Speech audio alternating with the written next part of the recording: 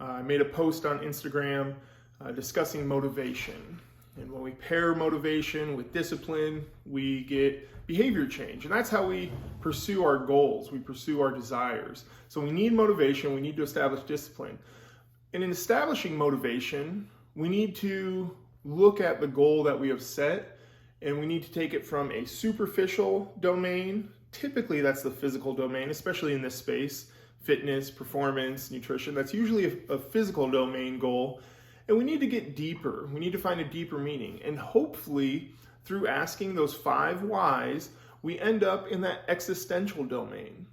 This goal that we initially thought was just going to be a simple goal is now part of our person. It's in our core. We identified why at the very basic level of us, that goal matters. And that's going to establish a high degree of motivation. But as we mentioned in that post, motivation isn't the only aspect of goal setting, right? We also have to have the carry through. And part of understanding how that goal will be carried through is to identify those sacrifices, right? We mentioned opportunity cost of a goal. And there's another exercise that pairs well with the 5 whys to identify some of those sacrifices. And before we talk about that, we need to look at the components of our life that we're going to be analyzing if we can or can't sacrifice it. We mentioned non-negotiables. These are things that regardless of how important that goal is, regardless of how deeply we identify with, we aren't going to take time away from that. And they could be kind of mandated non-negotiables. That would be like your job, right? We can't necessarily pull away from those obligations to pursue something else, typically. Or there are things like your family, right? You never want to give up time with your family. Your family should be important. If you're a faith-based individual, you might have attending service or worship in that non-negotiable category as well. But there's typically very few non-negotiables. But those don't get changed at all. On the other hand, we have all of these negotiables. Negotiables are activities or events that you really enjoy, but they're not necessarily something that you have to do to continue to be who you are, right? Maybe you enjoy going to concerts every weekend. Maybe you enjoy getting a good meal with friends, having a few beers, whatever it is. Those are kind of negotiables. And what you do is you prioritize those negotiables. See, well, what are the more important ones? What are the least important ones? And from there, we can start to identify where the sacrifice or where that opportunity cost can show up. And so here I want to talk about an exercise that pairs with those 5 whys called the 5 hows. And again, in this space, the physical training, performance space, I'm going to assume most of those goals are physical.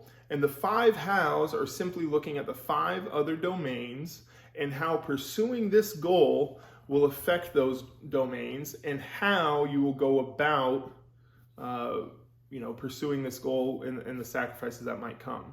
So for instance, if you want to lose 20 pounds, let's say, well, that's a physical domain goal. And so we have mental and emotional and relational and environmental and existential domains that we need to account for how that physical goal might manifest or affect those domains. And so maybe with the losing of 20 pounds, well, how will this affect your mental domain? We talked about how the mental domain is largely organization-based and scheduling and coming up with a plan for your days.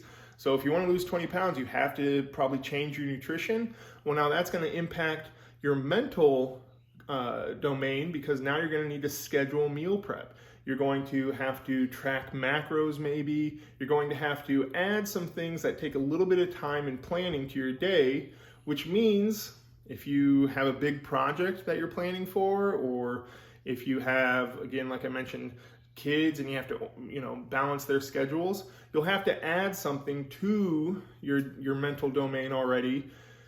And that might take a little bit extra energy. So by preparing for that, by identifying ahead of time what you'll need to do, you can add that to your schedule, add that to your organization, and hopefully that will mitigate any issues you find there.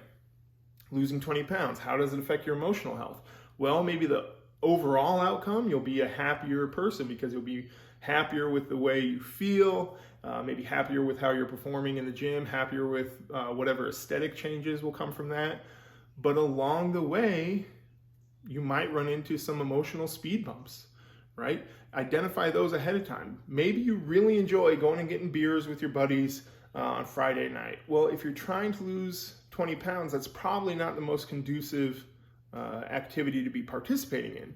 Now, you can still go hang out with your buddies, but there might be some emotional tolls taken because maybe your guys' dynamic is to kind of razz each other a little bit. So maybe you're going to have to take on some of that. Maybe you really enjoy on an emotional level having some of those beers, and now you're going to have to give that up. So identifying not only the outcome, but the process and how it might affect these domains is part of this exercise as well. And then you start to zoom out. Relational domain. Again, maybe it's going to affect those drinks with your buddies. Maybe you're going to have to tell your family at gatherings, hey, I'm not actively avoiding the food that you're making. I just have this goal in mind, and I don't think that eating all of these foods will help with that, right? You might also find that you're distancing yourself from some people in your life because maybe they are not the most, we'll say, supportive of these goals. Maybe they, whenever you hang out, are always like, hey, let's go get a pizza, or hey, I have a sweet tooth, let's go there. Maybe they're going to present activities that might detract you, and you don't have the capacity to handle that. That's how it could affect your relational goal, relational domain, We go further, environmental domain. Well, you have to set up your environment to support that goal. So you have to buy the proper tools for your kitchen. Maybe you don't have any appliances in your kitchen that can help with cooking, so maybe you have to go out and buy an air fryer, buy a rice cooker or an Instant Pot, right?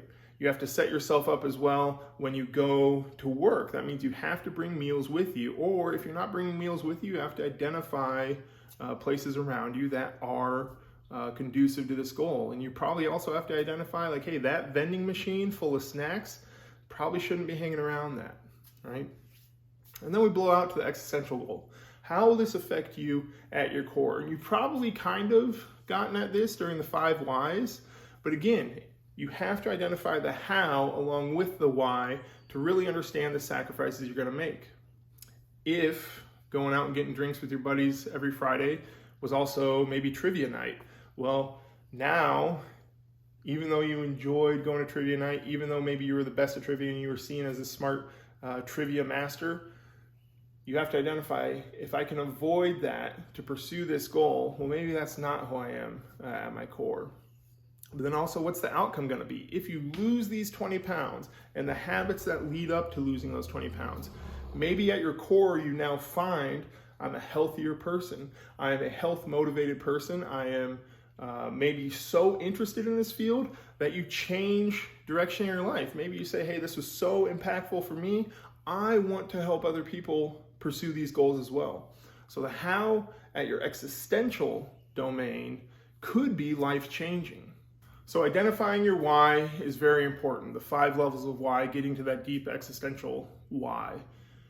Identifying the hows along the way are maybe equally as important, because that's where you can find the sacrifices you'll make. That's where you'll identify the obstacles that you might encounter. And then ultimately, with that comprehensive plan in mind, you'll arrive at that motivated state where you understand the sacrifices, where you understand the process that you're going to have to go through, and you can now pursue that goal.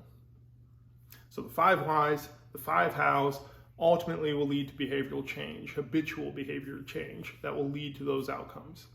If you need help with this, the link below, I've created a little form. It's pretty basic, 5 whys, 5 hows, but I put the details in there about the domains just to give you a refresher about the strategies to improve those domains. And so you can go through that for any of your goals. It offers you a nice little written record, because remember in that post we talked about a goal is just a dream until you let it be known. And so writing it down is the easiest way to do that. I hope you guys found this useful. I hope you go and pursue your goals, and I hope you accomplish your goals. If you like this video, go ahead and give it a like. If you're interested in more videos like this, go ahead and subscribe. And I hope you guys go out and have a great day.